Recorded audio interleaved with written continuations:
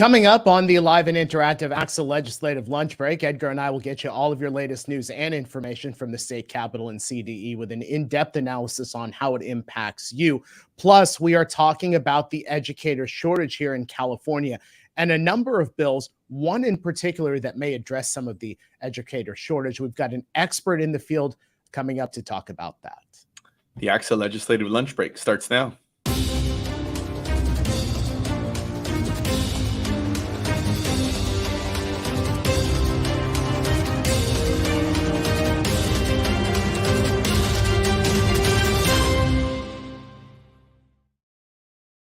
And it is a couple of minutes after 1 o'clock. We welcome you on a Wednesday to the live and interactive ACSA legislative lunch break, along with Dr. Edgar Zazweta, ACSA's executive director. I'm Naj Alikhan, ACSA's senior director of marketing and communications. Welcome. We are honored to have you back after a week off. Go ahead and jump into the chat, say hello, and let us know where you're watching from today. Edgar, how are you? Good. You kind of startled me there. I'm gonna be honest. I was pretending to listen to some of the things you were talking about. I was trying to read my email one last time before 1 o'clock, and then I was looking down and I heard your booming voice, and it kind of startled me there. But that's right. That's it's a reminder that when telecast Naj comes on, you got my attention, and I'm sure you got everybody else's attention. I'm doing good. To answer your question, I am doing well. I one of the things, and Mike was helping me with this, and I did it kind of to poke you a little bit. You see behind my left shoulder, I guess on camera. Right shoulder. Right shoulder. Right shoulder. Okay. Right shoulder. TV tricks that Edgar does not know. I have a Paris High School helmet there. I think I showed off their hat a couple weeks ago. So shout out to Kirk Skorpanich and Grant Bennett and the whole Paris High School team. They sent me this cool helmet. I know you have your collection of high school helmets there in your office. I got the one that means the most to me there. I did not play football in high school, but I did.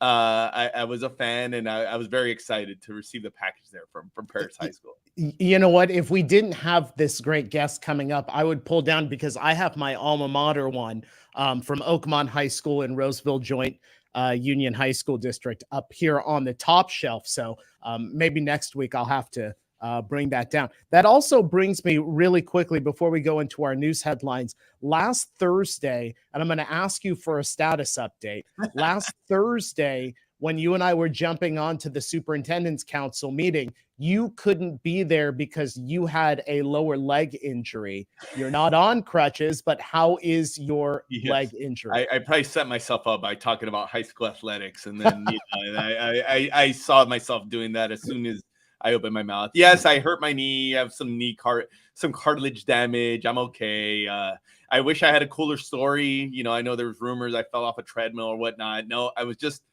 running. I was sprinting, to be exact. And I guess one of those subtle hints that we're no longer as young as we thought we were. So, but I'll be back at it here soon enough. I appreciate your concern there, or just an opportunity to jab Edgar. But either way, no, because I was so concerned that I thought about calling the gym to get the video. That's how concerned I was. You wanted footage. Naj always looking for footage for the show. I see how your brain works. Got to have a little fun here on a lunchtime on Wednesday. A couple of news headlines, and I wanted to bring this particular story up, and interested to get viewer feedback on this particular story. It was in EdSource today.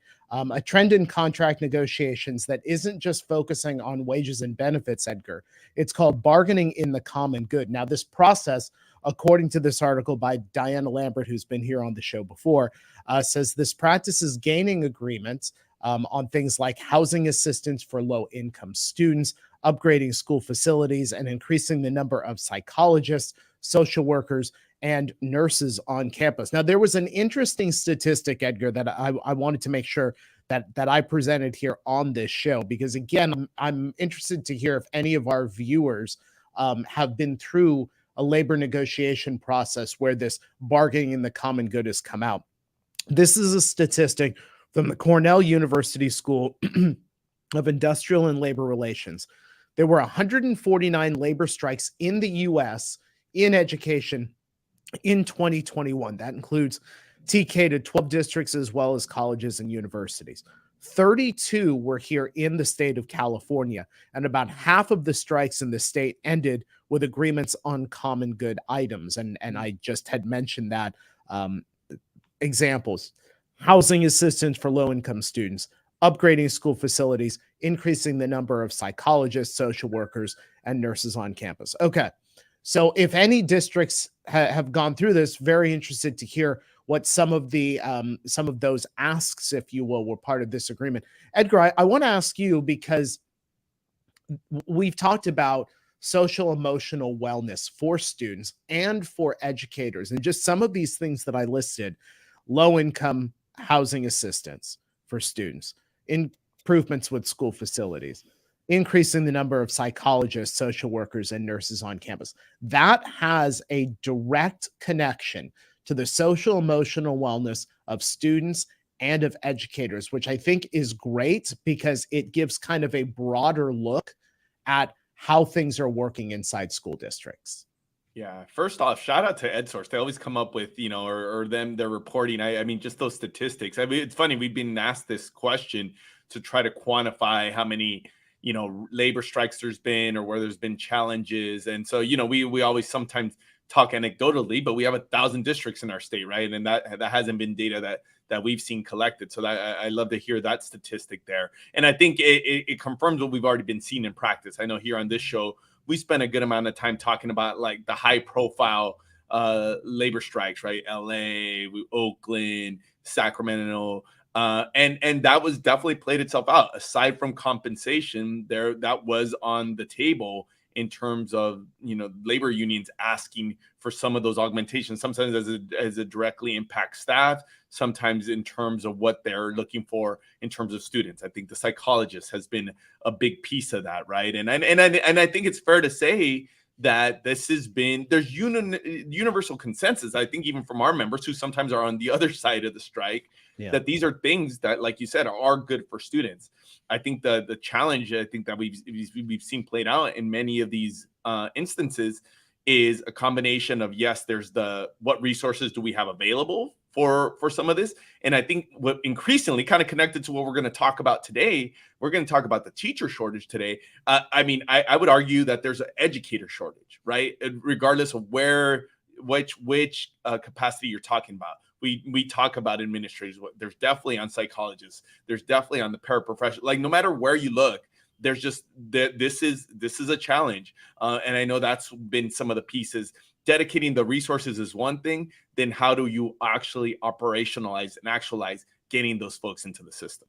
Yeah, certainly a new way of doing collective bargaining, that's for sure. Hey, do want to give a shout out here. Jose Aldaco is with us. Amy Wynn Hernandez is with us. Tom Addington with us as well. Philip, good to see you here on the show. Okay, so last week I had made mention of this. We had a meeting, our governmental relations department advocates. We're talking about the series of bills that are being worked on inside the state capitol to address the teacher shortage in some way. Many of these bills ACSA is supporting, but one caught our attention. That was Assembly Bill 694, which was written by Assemblymember Mike Gibson. It seeks to establish a teacher residency apprenticeship program to address teacher shortages. And Edgar, obviously, much appreciation to the Assembly member for taking a wider look at the educator shortage and maybe a way to get more people in to the pipeline. Yeah, I think there's a lot of attention on this issue, and we were kind of a broken record here. Is that these issues weren't created by COVID? This is not something that we all of a sudden realized was an issue over the last couple of years. We were talking about the shortages and trying to get creative in terms of how to get more people into the system beforehand. I think, if anything, what's happened over the last couple of years, it's exacerbated some of those challenges. So this is a constant theme in the legislature about what can we do in terms of creating pathways to get folks into the system. And it's always an interesting discussion about what part of this is policy, what portion of this is, thinking about it from a local standpoint. People always talk about the bigger issue of we almost need to do a PR campaign, a health for all, if you will, type campaign about just getting folks more interested into going to education. But I think the more attention we have on it, I think that's the only way we're going to chip away at the issue. Yeah, well, let's go ahead and talk about AB 694 with our guest today. Adele Burns is the Deputy Chief of the California Division of Apprenticeship Standards. Adele, it is an honor to have you with us here on the show. Thank you so much for being with us live from San Diego today. Let me ask for you to walk us through the teacher apprenticeship model. How is this different from the current teacher residency model that we use here in the state of California? Yeah, absolutely. So first of all, I just want to thank you for inviting me today to talk about this exciting work that we've been doing around trying to create more teacher apprenticeships here in California. We really see this as a huge potential area of growth around apprenticeship. We at the Division of Apprenticeship Standards are really looking at how to significantly expand apprenticeship across really all sectors of our economy, from healthcare to transportation to tech to public sector. And we really see that teacher apprenticeships is an important part of this strategy. So just to go to the fundamental components of what is an apprenticeship.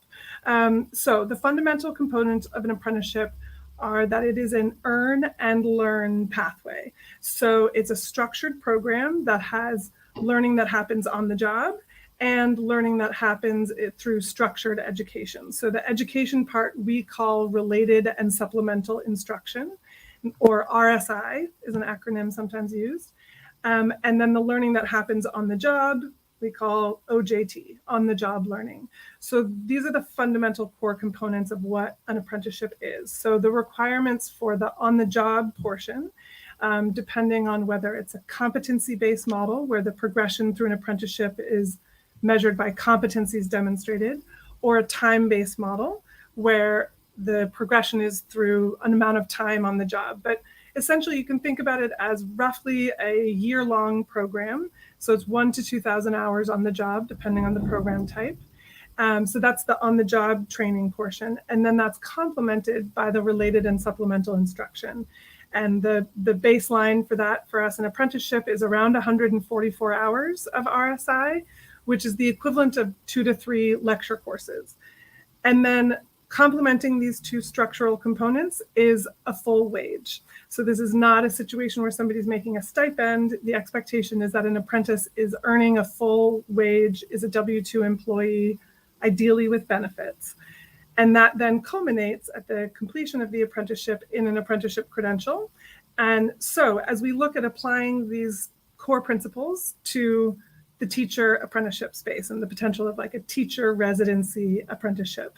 A lot of the components that make up a teacher residency are very aligned with an apprenticeship. And so there's a lot of things where we as we've been learning and working through this teacher apprenticeship working group, which I know we'll talk a little bit more about later, that we have been really aligning, of course, with the Commission on Teacher Credentialing. So CTC has been a really key partner to us because, of course, as we want to design equitable and high quality teacher apprenticeship programs, we're meeting not only the credentialing bar of the Division of Apprenticeship Standards, which I represent, but also that credentialing bar of the CTC.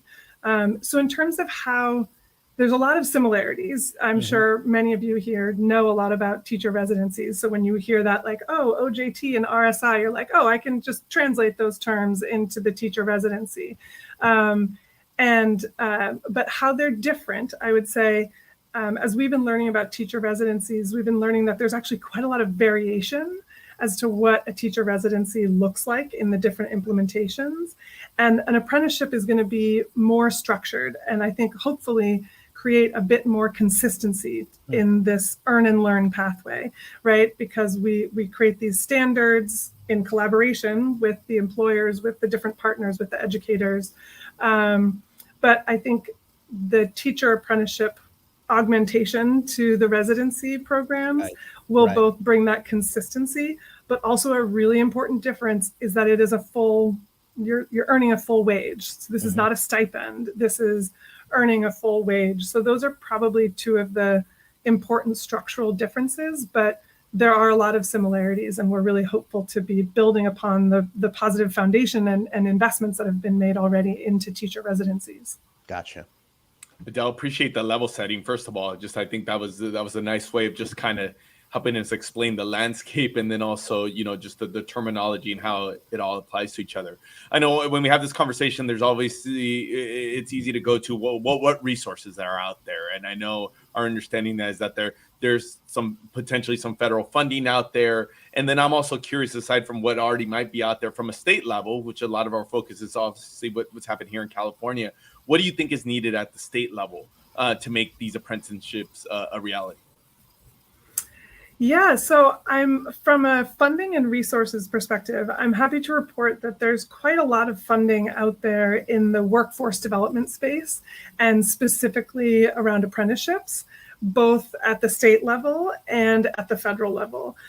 So I'll just touch lightly on some of these different funding areas so that everyone's aware. Mm-hmm. So a few funding sources that I would call out that are helpful to get a new apprenticeship program up and off the ground. One really big investment that California has made over recent years is into the California Apprenticeship Initiative grants. And these are grants that are administered by the California Community College Chancellor's Office. And they have, in this budget year, they have $30 million worth of funding that was allocated to them, and they've been allocated $30 million for the past few years. And they have both a $120K planning grant that can help just sort of gather the stakeholders, get the program articulated and registered. And then once you have your program registered, when you're really implementing it, there is a $1.5 million implementation grant. And then they additionally have a $1 million expansion grant. So this California Apprenticeship Initiative funding is really helpful for getting a new program up and off the ground. Another source of potential funding to get a new program going is the High Road Training Partnership funding that's administered by the California Workforce Development Board. And there's a lot of different pieces that go into like high road principles, but worker voice is certainly one of them. So the workforce development areas where there's organized labor at the table, which of course in the realm of teaching, we have a lot of very important voices around the unions there. And so creating these consortiums to go for that funding could be another great way to get new programs up and off the ground. And then we've actually just in this current budget year that we're in have implemented a new funding source that my division, the Division of Apprenticeship Standards, administers. That's called the Apprenticeship Innovation Funding.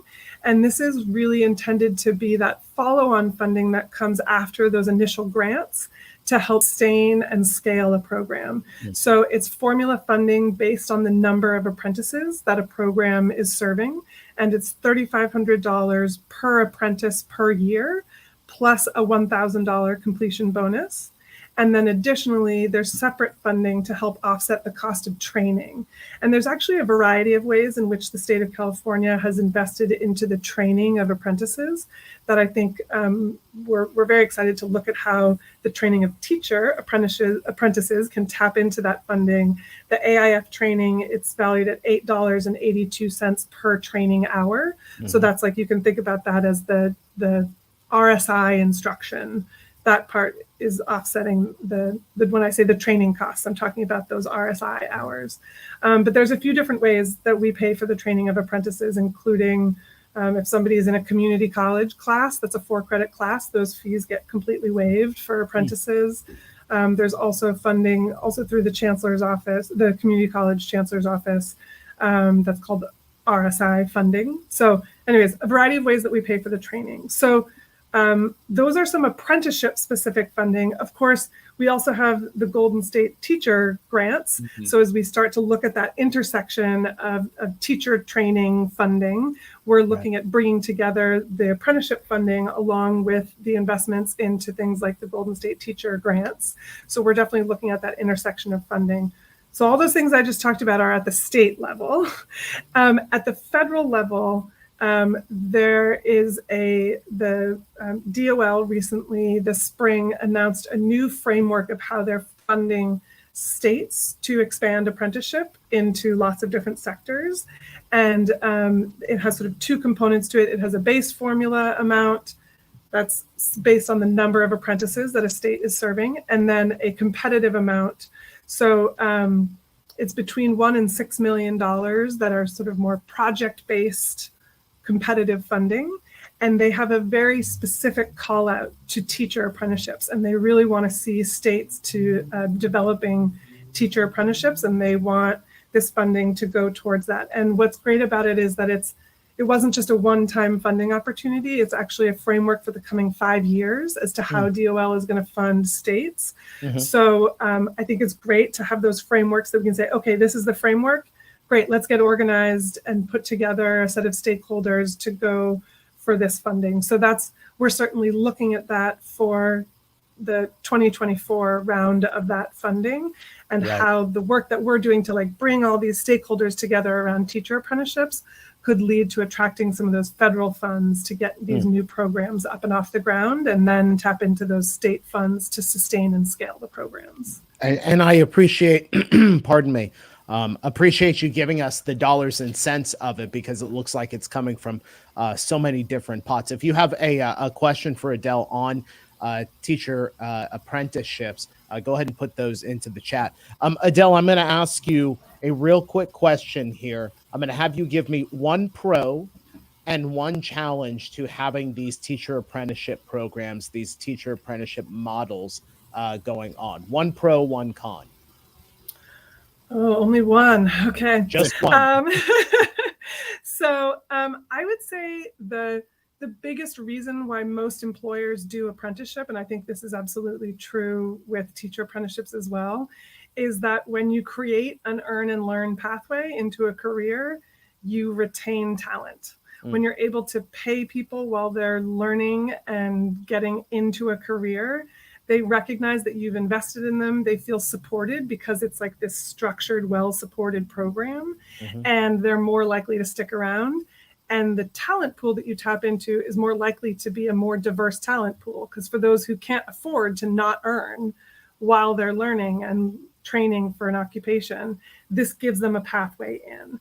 And so I think it's like the retention of diverse talent is probably one of the biggest reasons why employers across the board are looking at this apprenticeship model. So that would be the pro that I would offer.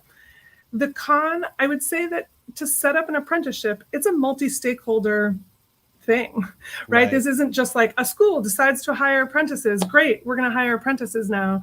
You need to work with your educational partners, whether it be the CSUs or the community colleges or whoever are your educational partners that are training people to get into your job. So it's got to be the employer at the table, it's got to be the educator at the table, and then you need to organize that into an apprenticeship program and register it with us in the Division of Apprenticeship Standards with the U.S. Department of Labor. And so it's a multi-stakeholder thing. And in an ideal world, there's also like community-based organizations that are feeding in a diverse talent pool, providing supportive services. So there's quite a lot of convening that has to happen. And I can't pretend like that's a simple snap your finger solution to the teacher shortage, right? So there's some setup to it. So I would say that's the challenge. The challenge. Yeah. Definitely easier said than done, right? No, so I appreciate that, Kevin. Yeah, exactly. Adele, well, you know that there's a working group that has been an active participant on. I know we hear a lot about state working groups, and I know for some of our folks are like, well, what is it? What are they doing? What's the end product? Tell us a little bit more about this, and what is the outcome that the group is trying to achieve? Yeah, absolutely. So we at DAS, in collaboration with the labor agency, have really been working on this topic of teacher apprenticeships for at least a year and a half now, and that really was emergent from the field. We had folks reaching out to us from districts, from CSUs, from different groups saying, hey, we want to do this whole teacher apprenticeship thing. How do we do this whole teacher apprenticeship thing? And what we realized as we dove into that work is that it really, in order to be successful, needed to have kind of like a two-tiered approach. We wanted to keep having all those conversations and keep developing the programs, because as we know, these kind of programs, they're run at the local level. It's responsive to an employer's needs or a group of employers' needs, right? But But we also recognize that if we wanted to be developing quality, equitable teacher apprenticeships, we needed to be convening some of the statewide system actors in order to create a really good framework and to all really be in alignment in creating a scalable and sustainable teacher apprenticeship system in California. And so, and as we started having different conversations with interested folks, we found that there was a group of philanthropists who were also really passionate about the teacher shortage and trying to think creatively about how we solve it. And so we ended up this group of philanthropists. So it's funded by the Gates Foundation, the Irvine Foundation, the Silver Giving, and Heising Simons Foundation, all contributed to trying to bring together this working group to have these statewide actors. And I also want to call out David DeGuire from the Commission on Teacher Credentialing, who was also a really critical partner to us in convening all the different stakeholders around this. So the working group has a bunch of state agencies, right? So DAS, the CTC, Labor Agency, the Governor's Office. We have our DOL partners in there, our key educational partners. So the CSU Chancellor's Office, the Community College Chancellor's Office, Student Aid Commission, State Board of Education, California Department of Education. So we had all those different sort of workforce and education entities at the table. And then of course we wanted to, any apprenticeship program starts and ends with an employer and an employer's need for talent. And so we're so glad to be collaborating with ACSA, and thank you to Saret Kaminsky, who is on that working group and invited me into this conversation. And we also have the California County Superintendents Group, and CDE in some ways is also kind of an employer at this table. Right. And then additionally, of course, it's really important to have our union partners. So we have the California Teachers Association, the California Federation of Teachers at the table. And then finally, we have a whole set of really consultants and experts, either who are experts in the education space or experts in the teacher apprenticeship space. We've got Ed First is the consulting group that's really helping to project manage this whole thing. We also have West Ed, Learning Policy Institute, and the Glenn Price Group, along with, so those are all sort of California education-oriented groups, along with National Grow Your Own, David Donaldson, who's been setting up apprenticeship programs nationally to kind of advise us as to how we can take best practices from other states and learn from them, but also design a high quality program here in California. So those are the stakeholders in the group. But very important question as to what are they doing, right? Like what's the product? What's the goal here? And so we only started convening in February of this year. So we're kind of getting going, and we're meeting monthly. And we have, of course, a whole learning agenda around understanding the teacher prep space for the more workforce-oriented folks in the room, learning about apprenticeship for the more education-oriented people in the room. But we're also really zooming in on that funding equation because that funding equation is just a really, really critical part of this. So I sort of gave you a whole bunch of ideas of the different funding, but that's one of the key components that we really want to create a playbook and a toolkit around to say, okay, if you're going to do teacher apprenticeships, we know that the compensation of candidates while they're in training is a tricky part of this. And there's no perfect solution to that, but we have some ideas. And so we want to be really workshopping that. And we're also in the process of identifying a few different pilots that can be kind of demonstrations of how we do teacher apprenticeships here in California. And some of the guiding principles we're looking for in those pilots are that there be, strong labor management partnership, that there be partnerships with affordable, accessible, CTC approved, the education providers, that the pilots are looking at tapping into diverse talent, and that they're committed to really hiring and paying registered apprentices. Right. And that willingness and ability to share back the data and the learnings with the group so that we can all collaborate and be learning from these pilots that are happening. And so we've been, as we've been getting into this work, we're bringing in those districts and the HR administrators to really talk to us about how are they thinking about this challenge? And what was cool in that conversation, we heard from a group in Sacramento who have basically are almost already doing teacher apprenticeships. They took their teacher residency model and found a way to just pay their teacher residents, but not making them the intern teacher. So they're not like alone, they're still being mentored. And that's been hugely successful and is going really well. And so we're looking at those models and seeing how we can sort of take those and learn from them and build in the apprenticeship component to it to be able to tap into the additional funding. And coming out of the working group, we're really hoping for a toolkit for launching and running registered teacher apprenticeships, doing a whole communication plan around how we get the word out there about this work and about the toolkits that we develop.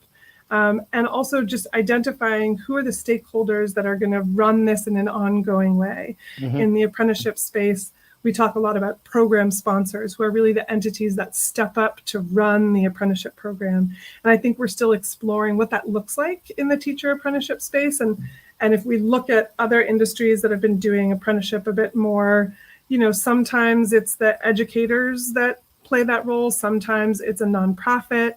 Often we have like what's called a joint apprenticeship committee, where you have, management, you have the union, you have the educator, who are all together in a committee and running a program. So we're really exploring these different models, specifically in the context of teacher apprenticeship, and how do we, again, build off of the positive foundations and really turn this into that full earn and learn model. You know what? Let me ask one final question, because I want to point out Dave Robertson's comment here. He says the challenge is capacity of school district staff to start one more program and manage all the different programs and funding, i.e. classified grant, teacher residencies, along with intern and programs. Okay, Adele, this is going to be the easiest question that you answer today. Give me from start to finish, right? For launching this type of program, start to finish, what are our school districts looking at? Just a number. What's the number? What's the number? Like, how much time does it take from start to finish? How much time from start to finish, from the initial idea? You're giving all of our school districts, all of our viewers, this idea from today, if they start today, till when this is launched. How much time are we looking at? So much, like I mentioned in the challenges section, so much of the challenge of apprenticeship is convening the stakeholders, right? So that convening of the stakeholders can sometimes take a long time, right? So let's say convening the stakeholders, let's say that's going to take 3 to 6 months, because that's probably realistic to bring together, your county office of education, bring together your local CSU, let's say, bring together, some of the district folks, and say, okay, how are we going to do this program? Right. In terms of our process at DAS, registering a program, getting it approved, getting it launched, that's also going to be like about a 3 to 6 month process. So if today you say, yes, we absolutely want to do an apprenticeship, I'm going to start from scratch. Right. Realistically, it's probably a year. But one of the things that is a really key strategy for us generally in developing teacher apprenticeships, and we really have generally in developing apprenticeships, but we certainly have this in mind in developing teacher apprenticeships, is how can we accelerate that? How can we make that faster and simpler? And that's really where the role of an apprenticeship intermediary, or that sort of scaled program sponsor, could be a key component of how we solve this problem. And we are, some of the pilots that we're starting to look at are in the area of, so for example, there could be like a nonprofit that is, that could play that intermediary role. And so there's a nonprofit that is one of the pilots that we're talking to, that's called the Center for Collaborative Education, just as one example. And they are working to register their standards with us at DAS, and they're working with a number of districts. So the districts are essentially signing up with this nonprofit to say, hey, we want 5 teacher apprentices next year, let's say, right? And then the nonprofit is then doing the work of like registering with us, also doing the work of tapping into different funding sources to cover that cost of running the program, because we definitely, to David's question, David is one of many, I'm sure, as you know, that are feeling like, oh God, one more program. And we don't want, it would not be a good outcome of this whole thing for every single district to create their own apprenticeship program. That would not be a good outcome. We understand, you know, local control is a big force in education, certainly in California. And so there's some level of local control that's going to happen, but we're trying to look at where can we find some of that like scaled regional approach so that some of that sort of administrative burden is lifted off of the individual districts, and it can be a little bit more scaled. I think we're still in process on this one, and we're still identifying the potential different partners that could play this role. I think county offices of education are kind of an interesting player that we're talking to. Both in Sacramento and in San Diego are 2 other regions where we're talking to the county offices of education. And that's a little bit more scaled, right? It's like not every single district, but looking at a county and how could we maybe create that infrastructure at that level so that it's lifted off the individual districts. So we're experimenting with this still. So maybe I'll come back 6 months, a year from now and share learnings from that. Gave us the time. Adele, you gave us the timeline, 6 to 12 months. You've given us the timeline. So our viewers know 6 to 12 months to get this thing launched. Adele Burns, Deputy Chief of the California Division of Apprenticeship Standards. Adele, thank you so much for being with us today. We'll have you back again 6 to 12 months from now. Let's see what the progress is from some of our viewers. Adele, again, thanks so much for being with us today. Pleasure to be here. Thanks so much. And folks, if you like what you've seen today, if you would like to subscribe to us on YouTube or like us on Facebook, if you do, you will get instant alerts when we're about to come on the air with breaking news and, of course, previews of our live and interactive Wednesday shows, 1 p.m. here on ACSA Facebook and ACSA YouTube. And if you have any great stories to tell from your school district, we want to tell them too in EdCal. Go ahead and send your photos and your stories to our EdCal editor, Michelle Carl, at mcarl@axa.org. Edgar, we are past the bottom of the hour here. I'll give you 30 seconds to just kind of wrap this, because, again, you and we heard about a number of bills. It is good to see that lawmakers are working with education stakeholders to really address this issue. Yeah, as I think it's evident from Adele, I mean, there's a number of groups, of coalition of folks who are trying to get at this issue and trying to think creatively of how do we get at the bigger problem of getting more folks into the system. I appreciate David's comment, right? I think it's some of the things that trying to find that nexus between the policy world, but also in practice. And Adele spoke to this a little bit about how do we make sure in a system that's already hurting for capacity, how do we try to achieve and increasing that capacity at the same time, right? Trying to bring people in. I think this delicate balance of how do we give people the resources and the tools while acknowledging that there could be some limitations here as we go on that path. Yeah, absolutely. Folks, thanks so much for being with us today here on the live and interactive ACSA Legislative Lunch Break. Remember, we are live 1 o'clock Wednesdays here on ACSA Facebook, ACSA YouTube. Have a great rest of the day and rest of the week, and we'll see you next time.